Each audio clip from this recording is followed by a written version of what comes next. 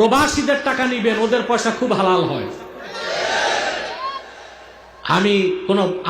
আমি তো কোথাও খাওয়া দাওয়া করি না, একেবারে খাস ভক্ত মুরিদ হলেও খাই না, কিন্তু যদি শুনি কোন ভক্ত মুরিদের টাকা বিদেশের কামাই করা, ওইটা আমি খাই। কারণ আমি জানি বিদেশে যারা কাজ করে ওদের কাজে ফাঁকি হয় না।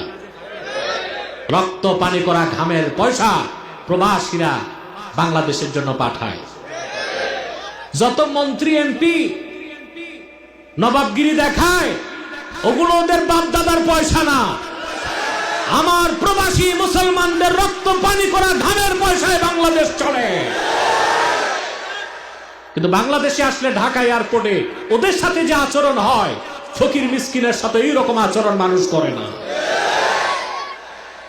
ওরা বিদেশ থেকে বুক ভরা আশা নিয়ে আসে 10 বছর পর দেশে ঢুকবে, কিন্তু আমার দেশের কাস্টম অফিসারের ব্যবহার, ট্রলিম্যানের ব্যবহার, পুলিশের ব্যবহার, কার পার্কিং এর ড্রাইভারের ব্যবহারে ওদের মনটা বিষিয়ে যায়, সমস্ত আনন্দ তাদের নিরানন্দে পরিণত হয়ে যায়।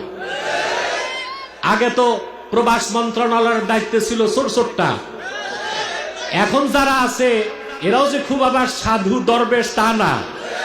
তবে আমরা আশা করি আগের চেয়ে প্রবাস মন্ত্রণালয়ের মধ্যে পরিবর্তন আসা উচিত।